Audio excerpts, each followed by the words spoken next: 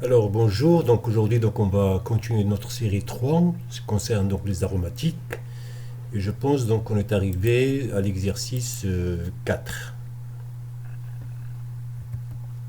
Alors dans cet exercice 4, on demande donc d'identifier les composés représentés par les lettres A, B, etc. jusqu'à G' dans les réactions suivantes. Donc voilà la suite des réactions, donc on part de C6 à 6, c'est-à-dire le benzène. On effectue la première réaction pour donner le composé A. Ensuite, on traite le composé A avec l'acide sulfurique concentré. On fait une réaction de sulfonation pour avoir le composé B majoritaire et C minoritaire. Le composé B, obtenu ici majoritairement, on le traite selon une réaction de nitration. En présence de l'acide nitrique et l'acide sulfurique, ça conduit au composé D, qui, par hydrolyse, conduit au composé E.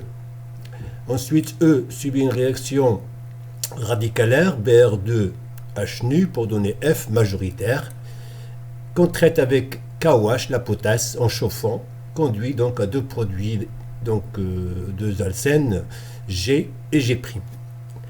Très bien. Alors, considérons donc la première réaction, c'est-à-dire le benzène. On traite le benzène avec cet alcène en milieu acide. Donc, il s'agit d'une réaction de substitution électrophile sur le benzène, donc c'est l'alkylation. Donc, on va préparer tout d'abord l'électrophile, R+. Donc, notre alcène C2H5CH, CH2 en milieu acide H+, ça conduit donc à la formation donc, du carbocation le plus stable. Donc, la double liaison, donc on va capter H+, donc on va le fixer sur ce carbone avec formation du carbocation le plus stable. Donc voilà notre électrophile R+. Alors maintenant la structure de A, donc on part du benzène plus notre électrophile R+, donc ça conduit à ce composé-là, A. Donc il s'agit d'une réaction d'alkylation, donc on a fixé un radical R sur le benzène. La réaction suivante, c'est donc le composé A obtenu précédemment, donc on lui fait subir une réaction de sulfonation. Ça conduit à deux produits, B et C. Alors on va voir pourquoi on obtient deux composés. Donc il s'agit d'une réaction de substitution électrophile, donc c'est la réaction de sulfonation. Donc les structures de B et C, donc on part du composé A. Voilà, donc là on a un subtion. Donc rappelez-vous, donc la dernière fois, donc on a vu un tableau récapitulatif. Donc là, il s'agit d'un radical R. Donc ce radical R, il est donneur plus I, donc il est ortho-para-directeur. Donc le SO3H, donc on va le fixer soit en position ortho, soit en position para. Cette position-là, elle est symétrique à celle-là. Donc on obtient deux produits. Le premier, donc SO3H en position para. Le deuxième, SO3H en position ortho. Alors pourquoi ce composé-là, il est minoritaire? Eh bien tout simplement, on remarque que là, on a deux grands subtions. Ce sont des subtions qui sont gros. Donc là, il y aura des interactions entre ces deux subtions-là. Donc c'est un produit qui est obtenu minoritairement, donc moins stable que ce produit-là, où les deux subtions sont éloignés au maximum en position par. Donc voilà le produit B majoritaire et voilà le produit C minoritaire. Très bien. Alors le produit B, donc on lui fait donc subir une réaction de nitration, donc en présence de mélange sulfonitrique, l'acide nitrique et l'acide sulfurique. Donc on part de B, donc pour avoir le composé D. Alors, préparation de l'électrophile NO2+, donc un mélange sulfonitrique H2SO4 HNO3 donne NO2+, plus HSO4-, plus H2O. Et voilà l'agent électrophile. Donc, très bien. Alors, on part de notre composé B et on va faire la nitration. Alors là, il s'agit d'une réaction de substitution électrophile sur un benzène qui est disubstitué. Donc on a ici deux substitutions. Alors, comment on va orienter donc cette réaction de substitution électrophile? Où est-ce qu'on va fixer NO2? Est-ce qu'on va le fixer dans cette position-là?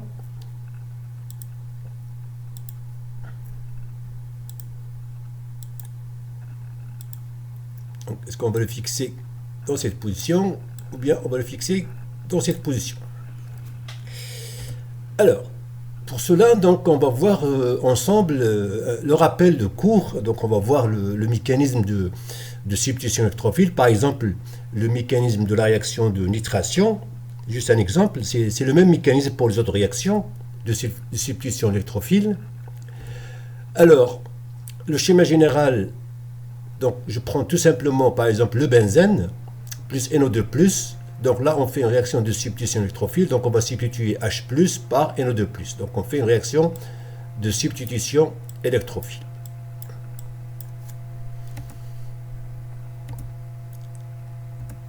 Alors le mécanisme. Le mécanisme de nitration du benzène. Tout d'abord, la réaction de formation de l'électrophile, NO2+.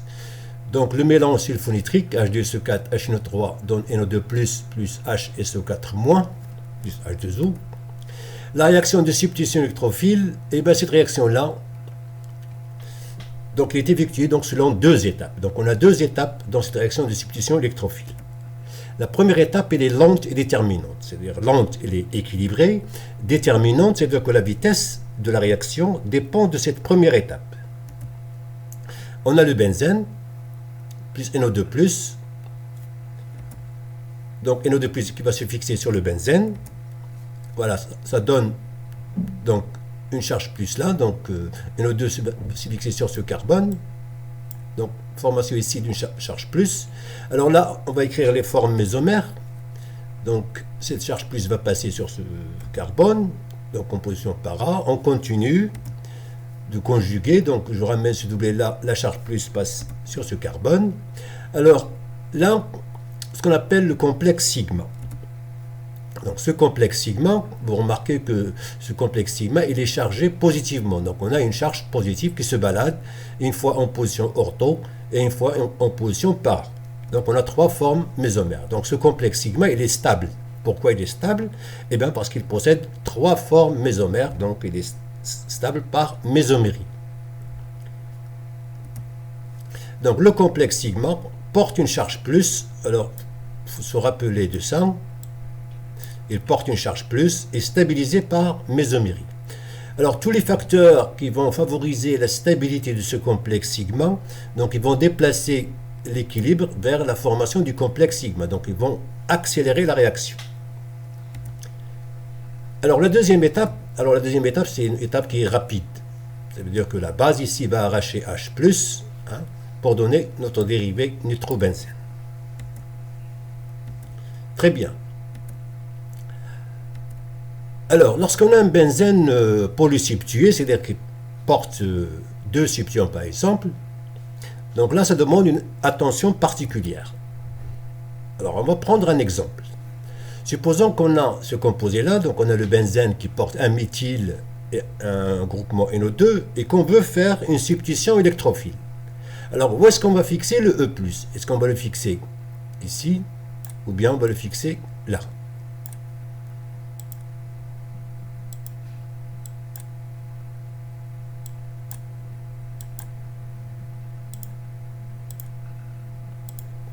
Alors, le CH3, il est ortho-para-directeur. Très bien. Donc, il oriente en ortho et para. Donc, la position para est déjà occupée par NO2. Prenons maintenant le NO2. Le NO2, il est métadirecteur. Donc, il oriente en position méta par rapport à NO2. Qu'est-ce qu'on remarque ici? On remarque que les deux substituants orientent sur le même carbone. Donc, on dit qu'il y a additivité des deux effets des groupes CH3 et NO2. Donc là, ça pose aucun problème. Donc, l'électrophile E+, eh ben, on va le fixer sur ce carbone-là. Très bien. Prenons un autre exemple. Là, on a un composé, donc un benzène qui porte donc deux substituants, et on veut faire une troisième substitution électrophile. Alors, on va regarder pour le CH3. C'est un groupe ortho-para-directeur, donc il oriente en ortho et para. NO2, c'est un métadirecteur, il oriente en méta. Alors là, on remarque que les deux groupements n'orientent pas sur le même carbone. Donc, il n'y a pas d'additivité. Donc, dans ce cas, il n'y a pas d'additivité des deux effets. Alors comment on va faire? Alors on va prendre le groupe qui est activant, c'est-à-dire qui accélère la réaction. Et un groupe qui est activant, c'est un groupe qui stabilise le complexe sigma. Donc, et le groupe qui va stabiliser le complexe sigma, rappelez-vous, le complexe sigma, il porte une charge plus. Donc, les groupes qui sont donneurs, ils stabilisent le complexe sigma et par conséquent, ils accélèrent la réaction. Donc, c'est le groupe activant qui va imposer donc l'orientation de la substitution. Dans ce cas-là, donc NO2 désactivant, donc on va prendre que le CH3. Donc, il oriente en ortho et para. Donc, généralement, c'est le groupe activant qui l'emporte sur le groupe désactivant. Et on obtient donc ces deux composés. Alors, cette position-là, donc, elle est défavorisée parce qu'il y a encombrement stérique. Alors, c'est quoi un groupe activant? Un groupe activant est un groupe qui accélère la réaction de substitution. Un groupe activant, c'est un groupe qui stabilise le complexe sigma. Donc, rappelez-vous, le complexe sigma, il porte une charge plus.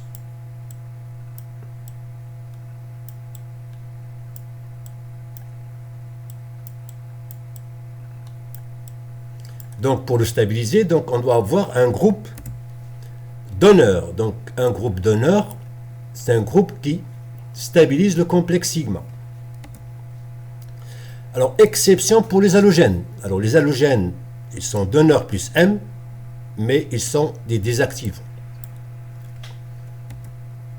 Maintenant, c'est quoi un groupe désactivant? Un groupe désactivant, c'est un groupe qui ralentit la réaction de substitution. Pourquoi il ralentit la réaction? Parce qu'il déstabilise le complexe sigma. Alors, tout groupement attracteur est un groupe désactivant. Donc, un groupe désactivant, c'est un groupe qui est attracteur moins I et moins M. Alors là, dans ce tableau récapitulatif, donc on va voir les groupes qui sont activants et les groupes qui sont désactivants. Alors, tous les groupes orthoparadirecteurs, ils sont désactivants parce qu'ils sont donneurs. Alors, les donneurs forts tels que OH, O-, NH2, moyen OR, NR2, NHCOR et faible, alkyle. Les désactivants, ce sont les groupes métadirecteurs, attracteurs. Alors, fort NO2, CF3, CCl3, moyen SO3, CO2R, CO2A, CN, et faible, donc c'est COR, CHO, CO, NH2. Alors là, on a réservé pour les halogènes une colonne. Lorsqu'il s'agit d'orientation, les halogènes ils sont orthoparadirecteurs, mais quand il s'agit d'activation, ce sont des désactivants. Alors moyen, fluor, chlore, et faible, brome et l'iode. Très bien, alors on revient à notre exercice. Donc on est arrivé à la nitration du composé B. Donc là, on a le groupe alkyle qui oriente en orthoparant. Voilà. Le groupe SO3H métadirecteur. Donc cette position-là, c'est une position qui est symétrique à celle-là. Donc là, on remarque que les deux groupes orientent vers le même carbone. Donc, ils orientent vers ce carbone-là. Donc, on obtient ce composé-là, D. Donc, les deux groupes orientent sur le même site. Donc, il y a additivité des deux effets. Le composé D, il est traité avec l'eau, donc par chauffage. Donc, lorsqu'on chauffe le composé D, eh bien, le composé D, c'est l'acide sulfonique. Donc, on va hydrolyser l'acide sulfonique. Donc là, on va hydrolyser l'acide sulfonique, c'est-à-dire on va remplacer le SO3H par H. Donc on obtient le composé E. Alors cette réaction-là, elle est très importante parce que la réaction de sulfonation, elle permet de remplacer un hydrogène par SO3H. Et l'hydrolyse acide HO permet de remplacer SO3H par H. Donc parfois, on a besoin de bloquer une position sur le benzène pour ne rien fixer là. Donc on va placer SO3H, on continue notre réaction de substitution électrophile et on revient à la fin, on enlève le SO3H et on le remplace par H. Donc ça permet par exemple de bloquer cette position-là hein, on ne veut rien mettre ici, donc il suffit de placer SO3H au début, et à la fin, on fait l'hydrolyse, on enlève le SO3H. Très bien. La réaction suivante, donc le composé E, on va le traiter avec Br2H nu. Alors lorsque vous voyez H nu, ça veut dire que on va avoir une réaction radicalaire. Alors là, une réaction radicalaire, Br2, ça veut dire qu'on va faire une substitution radicalaire sur la chaîne alkyle, sur la chaîne aliphatique, radicalaire, alkyle. Donc il s'agit d'une réaction de substitution radicalaire sur le radical alkyle fixé sur le benzène. Donc on va substituer cet hydrogène-là. Donc c'est l'hydrogène lié au carbone alpha qui va être substitué, c'est-à-dire c'est l'hydrogène. Alors pourquoi c'est l'hydrogène-là? Donc on va le voir par la suite dans le mécanisme, parce qu'il conduit au radical le plus stable. Donc on obtient ce composé-là, F. Alors maintenant on va voir ensemble donc, le mécanisme de cette réaction-là radicalaire. Alors vous savez que toute réaction radicalaire s'effectue donc, en plusieurs étapes, donc en 3 étapes. La première étape c'est l'initiation. Donc on a Br2H nu qui donne 2 Br points. La deuxième étape, on a 2 réactions successives qui se répètent. Donc notre substitution, donc notre composé F, donc il réagit avec le radical Br point. Donc Br point il va arracher, c'est l'hydrogène. Donc pour donner un radical plus stable, voilà, Br point qui réagit avec H pour donner HBr, et formation de ce radical benzylique qui est plus stable, parce qu'il est conjugué avec le cycle benzylique. Ce radical, donc, on va le voir ici, donc il va réagir avec Br2 pour donner le composé de substitution CBr plus Br point. Et ensuite Br point, donc il réagit sur une autre molécule, etc., etc., jusqu'à un moment donné où la réaction va s'arrêter. C'est la troisième étape, terminaison, disparition du radicaux. Donc le composé F obtenu ici, donc on va le traiter avec KOH. Alors KOH c'est quoi KOH? Donc KOH c'est la potasse, donc c'est une base. Alors lorsqu'on chauffe un dérivé halogéné avec une base, eh ben, on va procéder à une réaction d'élimination. Élimination de quoi? Eh ben, élimination de HBr.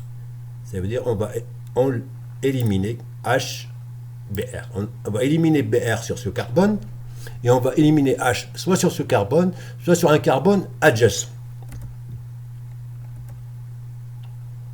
Alors F est un dérivé halogéné, donc on chauffe en présence d'une base KOH, donc on procède à une élimination de HBr avec formation d'une double liaison.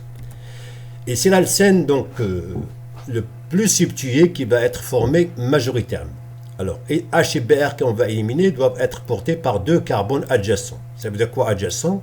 Eh bien ça veut dire carbone voisin. Donc si on élimine le brome sur ce carbone, donc H sur ce carbone-là. D'accord? Donc, l'alcène formé, c'est l'alcène le plus substitué selon la règle de Zaitsev. Alors, cette réaction d'élimination, on aura l'occasion de la revoir en détail dans la série précédente, donc, pardon, la prochaine série, c'est-à-dire la série 4, dans laquelle on va voir les mécanismes d'élimination et de substitution nucléophile. Donc, voilà donc, votre composé F. Donc, sous l'action d'une base, OH-, donc on va éliminer Br sur ce carbone et H sur un carbone voisin. Donc là, il y a 2 carbones voisins. Donc on va éliminer H ici, ou bien on va éliminer H là. Donc si on élimine H ici, on forme un alcène, donc une double liaison là. Si on élimine cet hydrogène, donc on va former une double liaison là. Donc 2 possibilités. Donc Br qui va quitter tout seul donc la molécule, la base qui va arracher cet hydrogène. Donc on forme cet alcène. C'est le moins substitué, donc il est minoritaire, hein, parce que ce carbone porte 2 hydrogènes, donc il est moins substitué.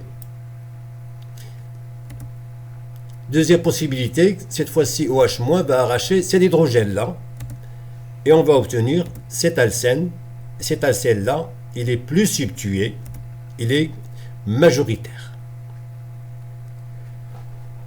Voilà, donc avec ça, donc on termine donc cet exercice 4. Alors, je vous remercie.